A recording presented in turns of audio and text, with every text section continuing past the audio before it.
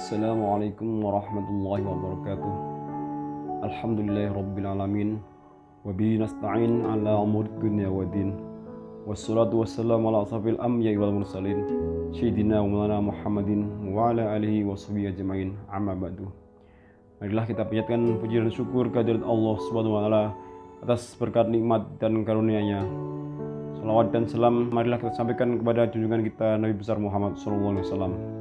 Di sini saya akan membacakan tafsir Al-Quran Universitas Islam Indonesia tahun 1991 yang merupakan naskah asli Departemen Agama Republik Indonesia. Tafsir Al-Quran Universitas Islam Indonesia tahun 1991 terdiri dari 10 jilid, di mana setiap jilidnya terdiri dari 3 juz. Baiklah, saya akan memulai membacakan tafsir surat Al-Fatihah. Al-Fatihah atau pembukaan. Surat pertama Al-Fatihah ini ada bermacam-macam namanya, antara lain 1. Surat Al-Fatihah. Kata Al-Fatihah terambil dari kata fataha yang berarti membuka atau memulai. Dan Al-Fatihah di sini berarti pembukaan atau permulaan. Surat ini dinamai Al-Fatihah karena dengan surat inilah dibuka Al-Quranul Karim. Artinya dengan surat inilah dimulai tertib urut susunan surat-surat Al-Quran. Letakkannya di permulaan Al-Quran adalah dengan perintah dari Nabi Muhammad SAW sendiri. Kedua, Ummul Al-Quran atau Ummul Kitab. Di samping nama Al-Fatihah, maka surat ini juga dinamai Ummul Quran atau Induk Al-Quran, atau Ummul Kitab atau Induk Al-Kitab. Surat Al-Fatihah ini dinamai Ummul Quran atau Ummul Kitab karena dia merupakan induk, pokok atau basis bagi Al-Quran seluruhnya, dengan arti bahwa surat Al-Fatihah ini mengandung pokok-pokok isi Al-Quran. Ketiga, Al-Fatihah juga dinamakan As-Sabul Masani. Surat Al-Fatihah ini juga dinamai As-Sabul Masani atau 7 yang berulang-ulang. Dinamakan demikian karena ayatnya berjumlah 7 ayat dan dibaca berulang-ulang dalam sholat. Selain dari nama-nama yang disebutkan, masih ada nama-nama lain yang kiranya tidak disebutkan di sini. Surat Al-Fatihah ini diturunkan di Mekah, jadi termasuk surat-surat Makkiyah. Diturunkan di waktu sholat mula-mula, disyariatkan dan diwajibkan membacanya dalam sholat. Karena itu, ia adalah surat yang pertama diturunkan dengan lengkap. Padanya terdapat kesimpulan dari sisi keseluruhan Al-Quran, seperti telah disebutkan di atas.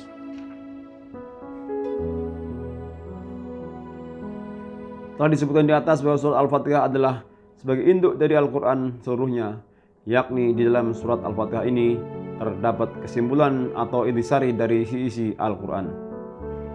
Al-Quran diturunkan di waktu umat manusia di seluruh penjuru alam ini amat membutuhkan tuntunan dan hidayah yang akan menuntun mereka kepada ketentraman jiwa dalam segala segi-segi kehidupan. Jiwa manusia tidak puas, malah tidak mengingini keadaan yang berlaku dalam masyarakat. Di mana saja di waktu itu dunia telah dipenuhi dengan keadaan-keadaan yang tidak wajar, itikat dan kepercayaan yang bukan-bukan terhadap Allah dan Rasul-Rasulnya, pemuka agama, raja-raja, pemimpin-pemimpin dan syekh-syekh kabilah yang mempunyai kekuasaan yang tidak terikat sedikit pun, akhlak dan budi pekerti, serta tindakan-tindakan yang amat bertentangan dengan peri kemanusiaan, seakan-akan orang telah lupa kepada ajaran-ajaran yang dibawa oleh nabi-nabi dan rasul-rasul sebelum Muhammad SAW. Maka kedatangan Al-Quran adalah untuk memenuhi tuntunan jiwa yang hendak lepas dari belenggu kepercayaan-kepercayaan, hukum dan peraturan-peraturan, adat istiadat dan atau tradisi-tradisi, serta dongeng-dongeng yang tidak selaras lagi dengan akal dan pikiran yang selalu berkembang dan selalu menuju kepada kesempurnaannya. untuk memenuhi aspirasi jiwa ini, Al-Quranul Karim datang dengan membawa aqaid atau keimanan, hukum-hukum dan peraturan-peraturan, janji-janji dan ancaman-ancaman, peringatan serta kisah-kisah tentang umat-umat yang telah berlalu yang dapat dijadikan pelajaran dan iktibar agar manusia hidup aman dan tentram, bahagia dunia dan di akhirat. Dengan ringkas dapat disimpulkan isi Al-Quran itu kepada pokok-pokok sebagai berikut. 1. Keimanan atau aqaid. 2. Ibadat. 3. Hukum-hukum dan peraturan-peraturan. 4. Janji dan ancaman. 5. Kisah-kisah atau cerita-cerita. Maka sebagai pokok atau basis dari Al-Quran, surat Al-Fatihah mengandung intisari dari isi Al-Quran yang disebutkan tersebut. Surat Al-Fatihah atau pembukaan. Bismillahirrahmanirrahim. Alhamdulillahi Rabbil Alamin.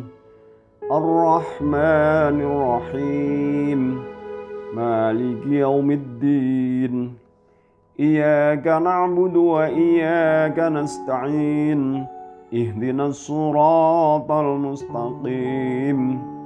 Siratal ladzina an'amta 'alaihim ghairil maghdubi 'alaihim waladdallin. Dengan menyebut nama Allah yang Maha Pengasih lagi Maha Penyayang. Segala puji bagi Allah, Tuhan semesta alam, Maha Pemurah lagi Maha Penyayang, yang menguasai hari pembalasan. Hanya kepada Engkaulah kami menyembah, dan hanya kepada Engkaulah kami mohon pertolongan. Tunjukkanlah kami ke jalan yang lurus, yaitu jalan orang-orang yang telah Engkau anugerahkan nikmat kepada mereka. Bukan jalan mereka yang dimurkai, dan bukan pula jalan mereka yang sesat. Tafsir ayat 1. Bismillahirrahmanirrahim. Dalam Al-Quran ada 114 surat. Semuanya dimulai dengan basmalah, kecuali surat At-Taubah. Surat At-Taubah tidak dimulai dengan basmalah karena memang tidak serasi kalau dimulai dengan basmalah. Di samping pada permulaannya, basmalah ada disebutkan satu kali di pertengahan surat An-Naml, yaitu ayat 30.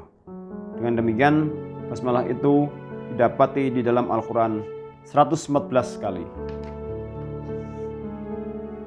Ada beberapa pendapat ulama berkenaan dengan basmalah yang terdapat pada permulaan sesuatu surat.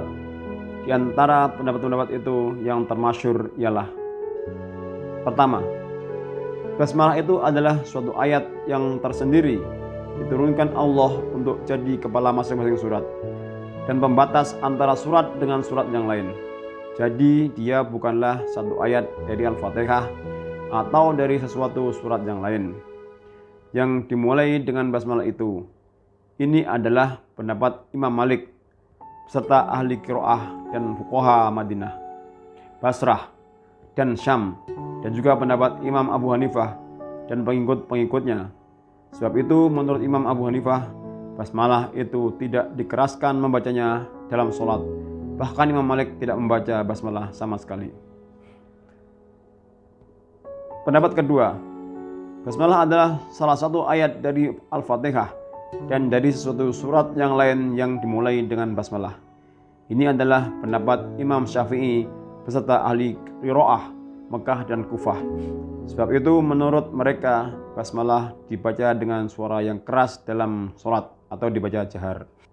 Kalau kita perhatikan bahwa sahabat-sahabat Rasulullah SAW telah sependapat menuliskan basmalah pada permulaan sesuatu surat dari surat-surat Al-Quranul Karim, kecuali surat At-Taubah, karena memang dari semula turunnya tidak dimulai dengan basmalah, dan bahwa Rasulullah SAW melarang menuliskan sesuatu yang bukan Al-Quran supaya tidak bercampur aduk dengan Al-Quran.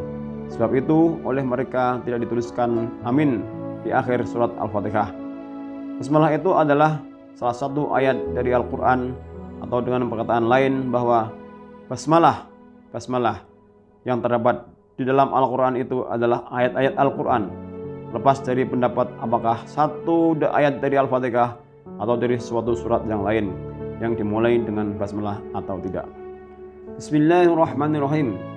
Dengan menyebut nama Allah, maksudnya dengan menyebut nama Allah saya baca atau saya mulai, seakan-akan Nabi berkata, saya baca surat ini dengan menyebut nama Allah, bukan dengan menyebut nama saya sendiri, sebab dia wahyu dari Allah, bukan dari saya sendiri.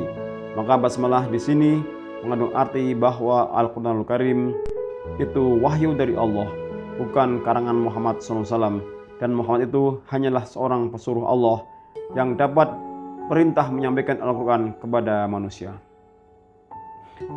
Pemakaian kata Allah. Allah nama bagi zat yang ada dengan sendirinya, wajibul wujud.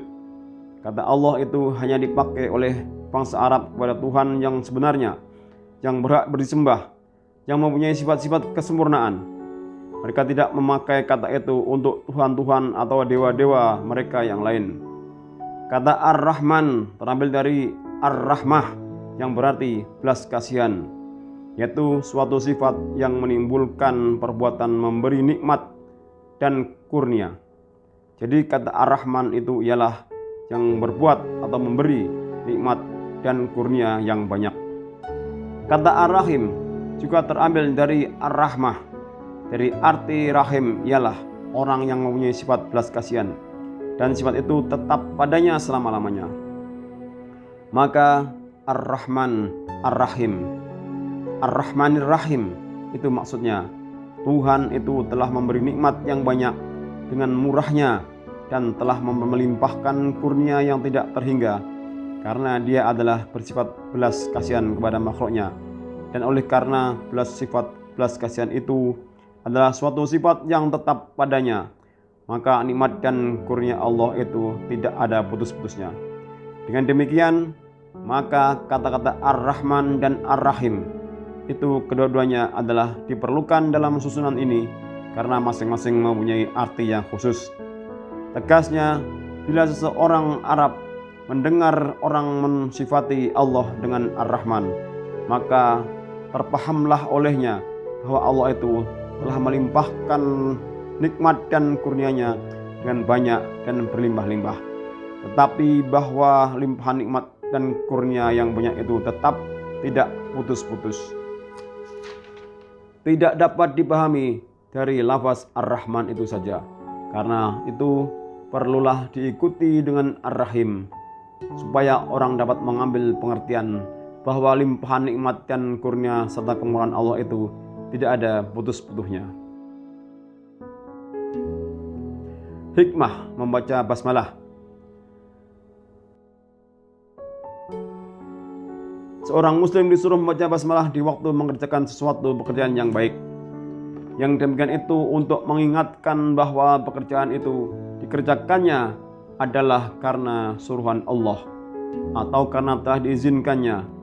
Maka karena Allah lah dia mengerjakan pekerjaan itu, dan kepadanya dia meminta pertolongan supaya pekerjaan itu terlaksana dengan baik dan berhasil. Nabi Muhammad SAW bersabda, kullu amrin dibalil lam yubda fihi bismillahi fahuwa abtaru ay maqtu. Sesuatu pekerjaan yang penting yang tidak dimulai dengan menyebut nama Allah adalah buntung, yakni tidak ada hasilnya. Orang Arab sebelum datang Islam mengerjakan sesuatu pekerjaan adalah dengan menyebut Al-Latta dan Al-Uzza, yaitu nama-nama berhala mereka. Sebab itu Allah SWT mengajarkan kepada penganut-penganut agama Islam yang telah mengesahkannya supaya mereka mengerjakan dengan menyebut nama Allah. Sekian dulu pertemuan episode ini. Kita lanjutkan tafsir surat Al-Fatihah ayat kedua dan seterusnya di episode mendatang. Kita tutup dengan doa kafaratul majlis. Subhanakallahumma wa bihamdika asyhadu an la ilaha illa anta astaghfiruka wa atubu ilaik. Assalamualaikum warahmatullahi wabarakatuh.